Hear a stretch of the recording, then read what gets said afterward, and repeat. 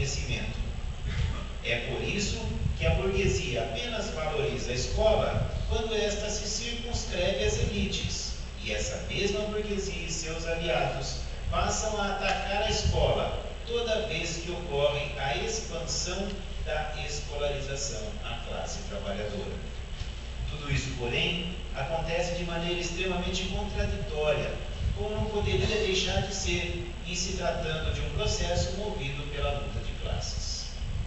Intelectuais que desenvolveram excelentes análises críticas da sociedade capitalista têm, entretanto, caído com certa frequência na armadilha de considerarem a educação escolar como uma prática social inerentemente articulada à manutenção da sociedade burguesa. E, ao mesmo tempo, esses mesmos intelectuais consideram a assim chamada educação não formal uma prática social mais favorável à luta contra a alienação. A maior prova de quão equivocada se mostra essa forma de análise das relações entre educação e luta de classes é dada pela própria história da educação brasileira. Quanto mais as ações realizadas no interior das escolas se assemelham ao cotidiano da sociedade capitalista, mais alienante se torna a educação escolar. Ao contrário das acusações feitas à escola ao longo do século XX de distanciamento em relação à vida, minha interpretação é de que, à medida que a escola foi se universalizando, a burguesia e seus aliados foram pondo em ação mecanismos que aproximaram as atividades educativas escolares às formas mais alienadas que a vida assumiu na sociedade capitalista. Há quem afirme que a escola foi inventada para afastar a juventude da vida, isto é, da prática social, pois eu afirmo que a escola atende tão melhor aos interesses da burguesia, quanto mais ela fortaleça a identificação natural das novas gerações à vida tal como ela é. A escola por si só não faz a revolução, mas lutar para que a escola transmita os conteúdos clássicos é sim uma atitude revolucionária. Teóricos da linha crítico-reprodutivista têm defendido a tese de que os professores, na maior parte das vezes em que pensam que estão sendo transformadores em sua prática escolar, na realidade estariam contrariando suas próprias intenções e expectativas. Também nesse aspecto, esses professores, na realidade, estariam contribuindo para a reprodução das relações sociais vigentes, contrariando suas próprias intenções e expectativas. Também nesse aspecto, minha posição é discordante. Eu diria que quando a escola ensina de fato, quando ela consegue fazer com que os alunos aprendam os conteúdos em suas formas mais ricas e desenvolvidas, ela, a escola, se posiciona a favor do socialismo, mesmo que seus agentes não tenham consciência disso. Parafraseando Marx, poderíamos dizer que "Sie wissen es nicht, aber sie tun es". Eles não sabem, mas eles o fazem. Nosso desafio é fazer avançar essa essência da escola como instituição socialista em si, em direção a transformá-la numa instituição socialista para si. Claro, porém, que isso não acontecerá pacificamente. Quanto mais agudas se tornarem as contradições, mais violenta tende a se tornar essa luta. Ademais, esse aguçamento das contradições não seria característica da luta pelo socialismo em todas as esferas da vida social? Passemos agora à segunda parte desta exposição, abordando o tema da revolução como um meio para a universalização e plena realização do trabalho educativo. Embora seja bastante conhecida, a definição de trabalho educativo proposta por Demerval Saviani não é demais recordá-la. Abre aspas.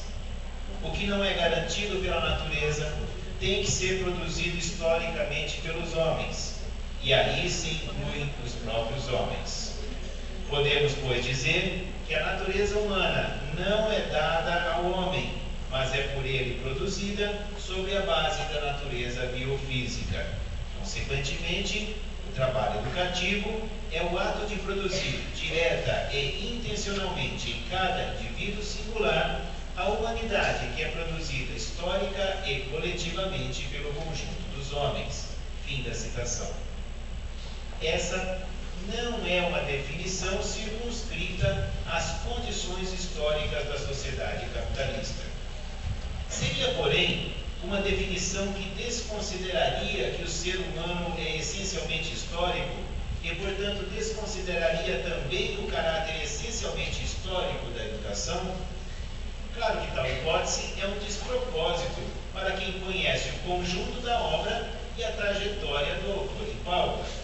Mas é necessário formular esse questionamento não só por um dever de rigor metodológico, mas também para explicitar a dialética histórica que está na base dessa conceituação de trabalho educativo. Trata-se da concepção de trabalho contida na obra de Marx, que é motivo de grandes disputas interpretativas e, não raro, grandes distorções. O fato de Marx ter analisado o trabalho, tomando como ponto de partida o trabalho alienado na sociedade capitalista, tem levado alguns intérpretes a considerarem que a superação da alienação seria também a superação do trabalho. Igualmente, o fato de Marx ter mostrado que a forma fundamental de trabalho, sem a qual não existe nenhum tipo de sociedade, é a produção dos meios de satisfação das necessidades humanas pela transformação da natureza, tem sido entendido por alguns como se isso significasse que o trabalho se limitasse às atividades diretamente voltadas à transformação da materialidade natural em materialidade social. Uma terceira interpretação problemática é aquela que entende que o fato de, na sociedade capitalista, o trabalho carregar a contradição entre trabalho concreto e trabalho abstrato, tal como a mercadoria carrega a contradição entre valor de uso e valor ou valor de troca, significaria que o trabalho concreto estivesse totalmente impossibilitado de se desenvolver. Talvez eu esteja simplificando um pouco essas interpretações, mas elas existem e acarretam uma série de consequências para a análise do que seja a superação do capitalismo e do papel da educação nessa superação. Ao conceituar o trabalho educativo, Saviani partiu da concepção em Marx do trabalho como atividade que diferencia os seres humanos dos outros animais e gera o processo histórico de desenvolvimento do gênero humano. Da mesma maneira, Saviani apoiou-se em Marx quando este analisa a produção não material e a divide em dois tipos, sendo o primeiro aquele em que a produção e o consumo ocorrem em momentos distintos, como no caso de um livro ou de um quadro, e o segundo aquele em que a produção e o consumo ocorrem simultaneamente, como no caso da relação entre o médico e o paciente ou entre o professor e os alunos. É interessante notar que Marx diferencia esses dois tipos de produção não material quando está analisando o que seja o trabalho produtivo na sociedade capitalista. Ele mostra que o fato do trabalho nessa sociedade ser produtivo ou improdutivo depende de haver ou não extração da mais-valia, isto é, trata-se de algo relacionado ao trabalho abstrato.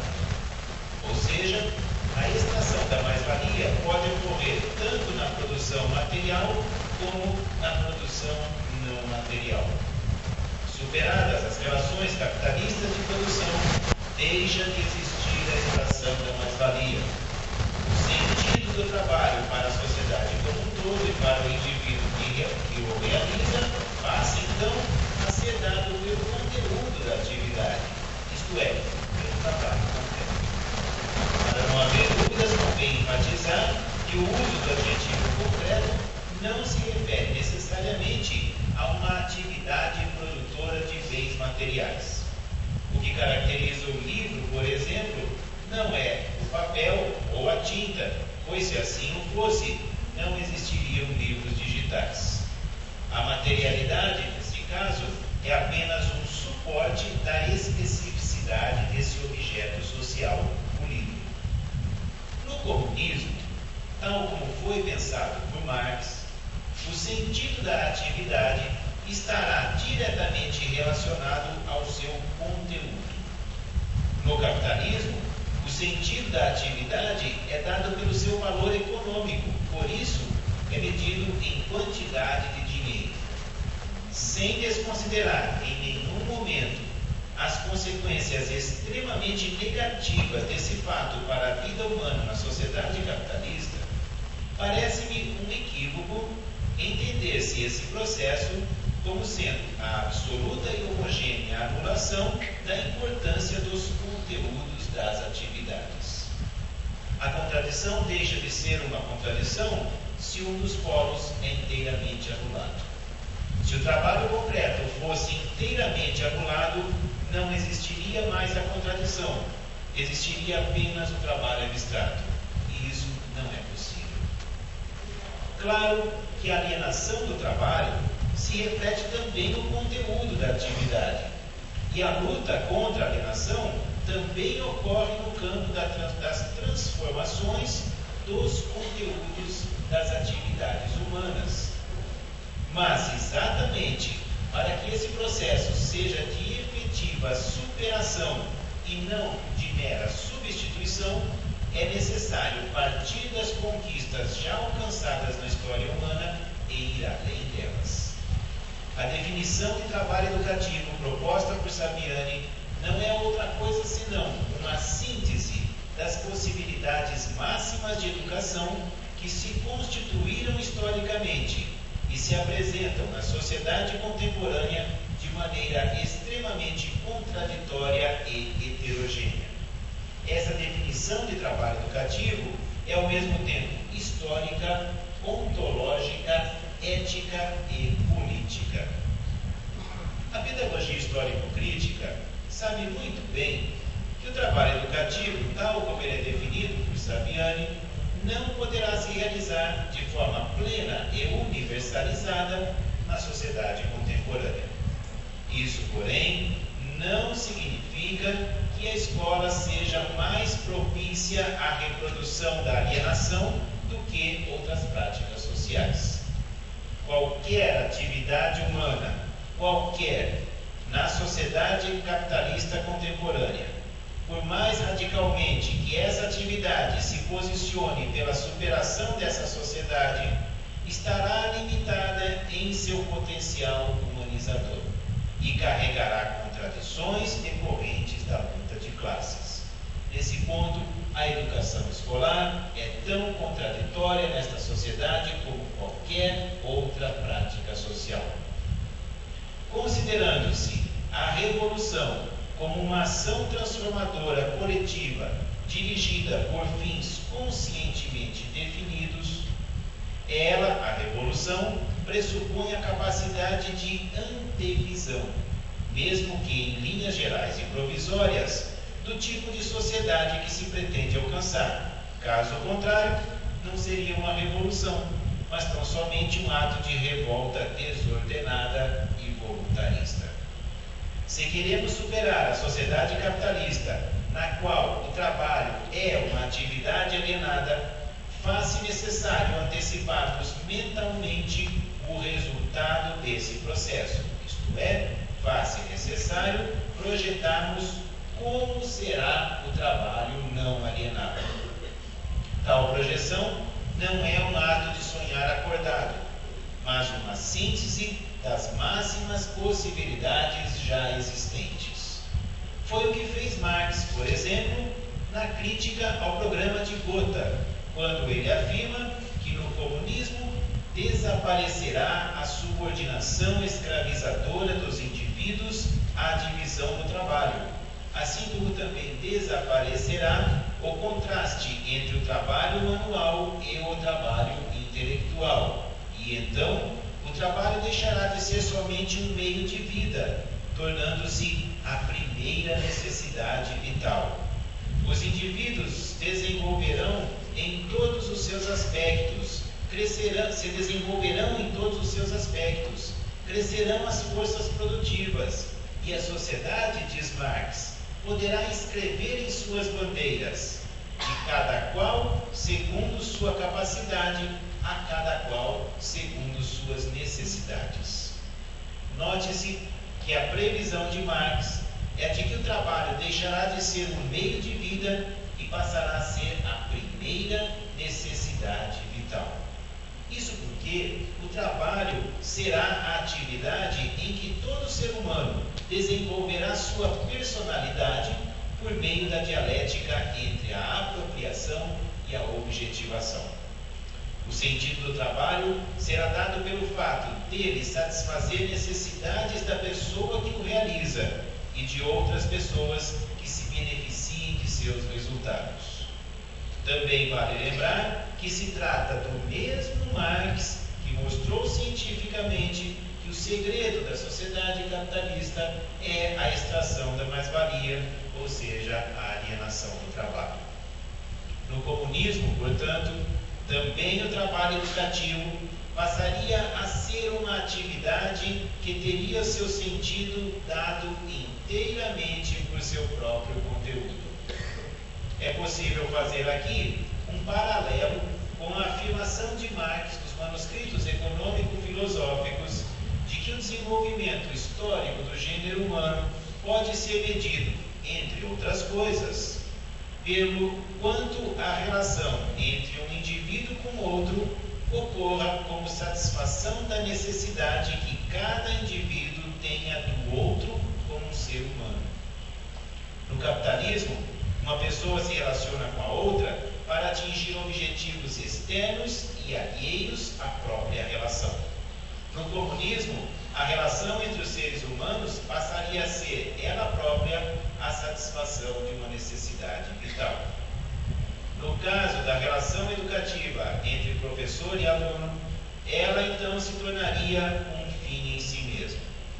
Isso não significa o isolamento da atividade educativa em relação à prática social no seu todo, o que, além de indesejável, seria impossível. Ao contrário, a transformação do trabalho educativo na sociedade comunista numa atividade que encontra seu sentido nela própria é a realização do objetivo maior do comunismo, que é o desenvolvimento livre e universal de todos os indivíduos. Nos Grundrisse, Marx afirmou que a riqueza produzida na sociedade capitalista deve ser despida de sua forma burguesa. E então, essa riqueza se revela como, primeiro, a universalidade das necessidades, capacidades, prazeres e forças produtivas dos indivíduos. Segundo, o pleno desenvolvimento do domínio humano das forças da natureza, incluindo-se a própria natureza humana. Terceiro, a total explicitação das potencialidades criativas humanas, sem nenhum outro pressuposto que não seja o prévio desenvolvimento histórico. Quarto, a transformação do desenvolvimento do gênero humano e do indivíduo em um fim em si mesmo, sem nenhum padrão de medida pré-estabelecido. E quinto, a transformação da vida do indivíduo em um processo no qual ele produz a si mesmo como uma totalidade de forças humanas. O correto encaminhamento das ações no campo da educação escolar na atualidade, com vistas a somar esforços à luta pela transformação social, ou seja, a educação como um meio para a revolução, requer a discussão sobre a nova sociedade que se deseja, que se espera alcançar. Se, por um lado, ter a Revolução Socialista como meta, põe tarefas e desafios à educação escolar. Por outro, a organização e o direcionamento da Revolução devem assumir características coerentes com a meta de construção de uma sociedade na qual o sentido do trabalho seja dado pelo próprio conteúdo dessa atividade. As relações entre as pessoas sejam humanizadoras e plenas de conteúdo, e o desenvolvimento de cada ser humano seja um valor ético inalienável. Postergar o trabalho de socialização do conhecimento para uma fase posterior à luta contra o capital significa aceitar uma clivagem entre essa luta e a construção do socialismo. Quando ocorre essa clivagem, a luta contra o capital torna-se um fim em si mesmo, e isso transforma a revolução num processo puramente negativo. Por certo, que a luta de classes não é um passeio no parque no domingo pela manhã. Todos os dias, a maior parte da humanidade sofre na própria carne as graves consequências das muitas formas de violência exercidas pelo capital. Lutar contra o capital é lutar contra aquilo que talvez seja o fenômeno social mais poderoso que a humanidade já criou. Esse fenômeno, entretanto, não tem vida própria. Ele é alimentado incessantemente pelo trabalho realizado pela classe dominada. A fonte do poder transformador está, portanto, na atividade da classe dominada. E redirecionar essa atividade de maneira a derrotar seu capital é algo que exige esforços colossais. Não desconheço, portanto, o grau das dificuldades existentes na luta contra a classe dominante.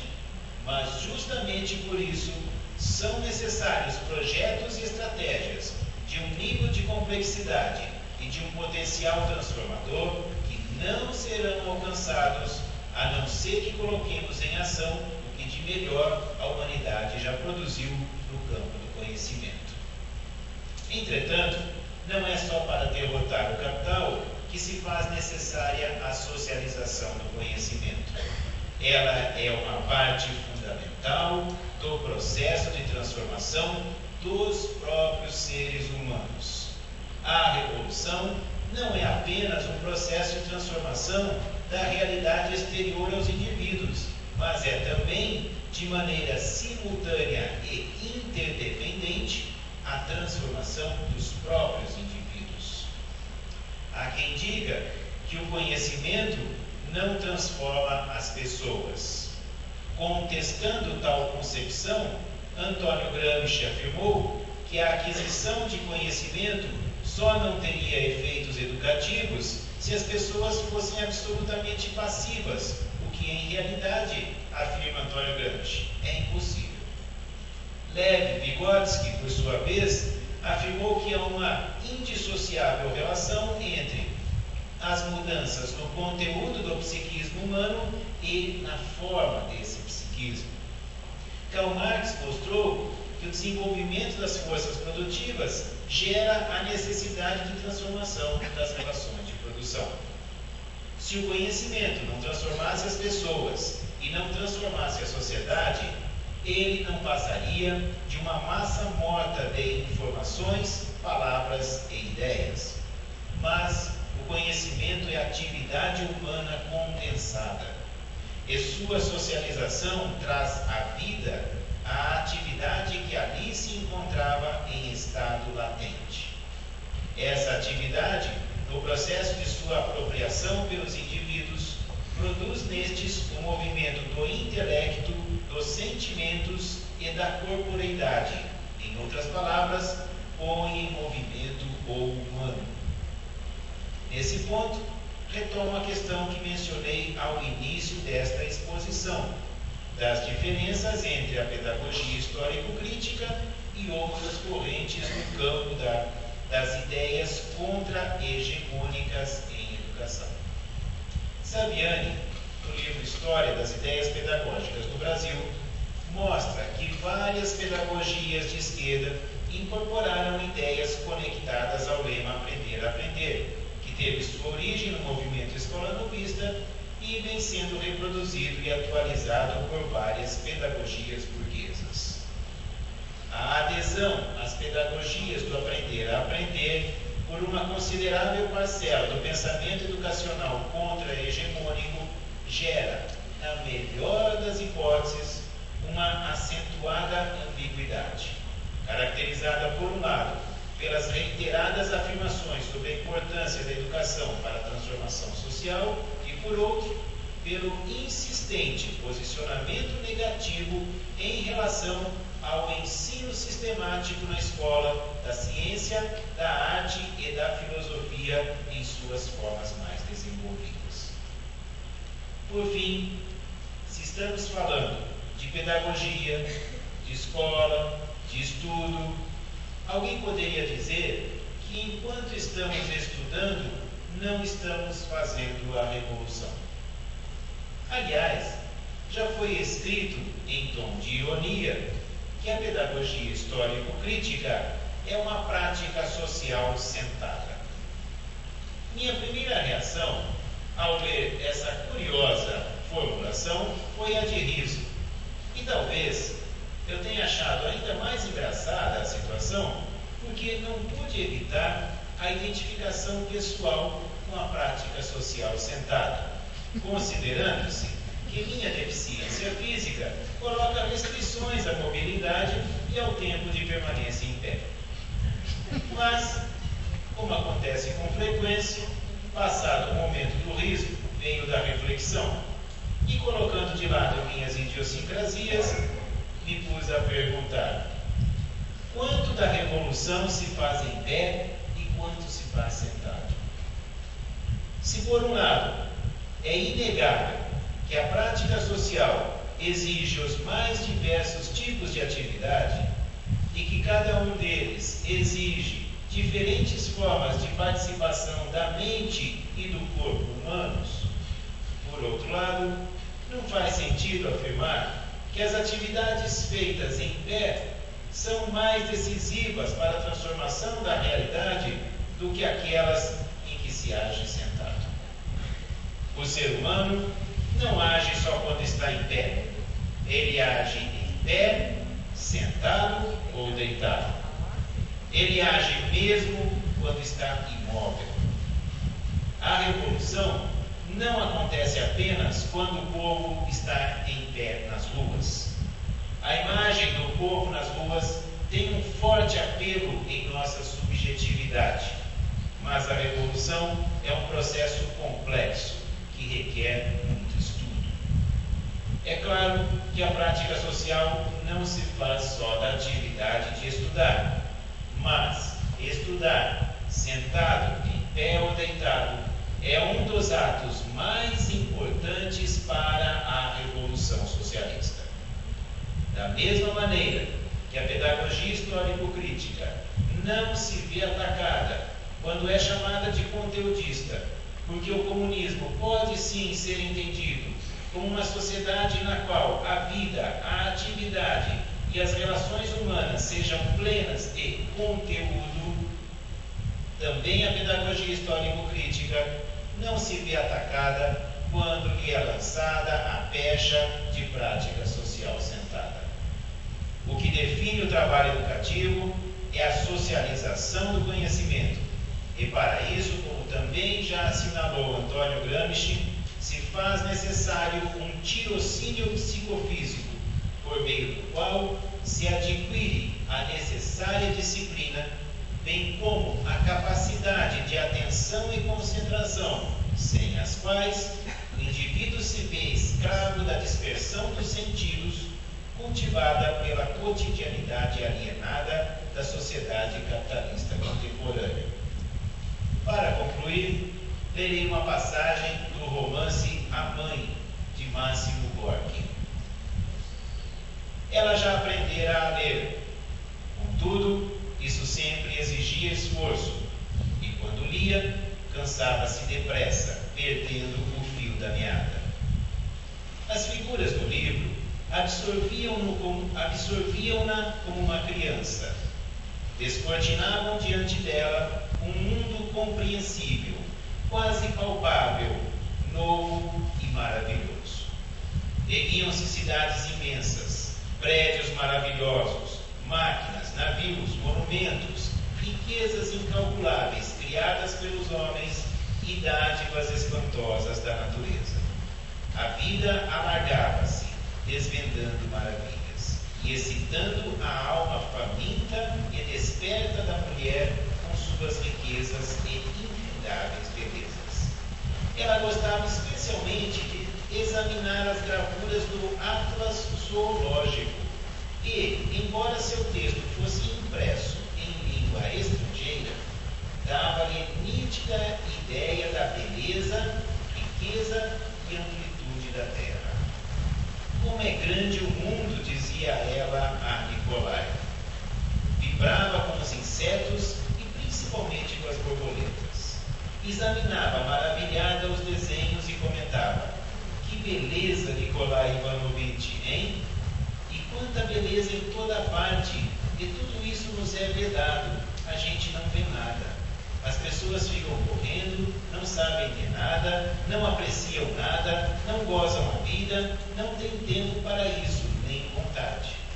Quanto prazer e alegria poderiam obter se soubessem como a terra é rica.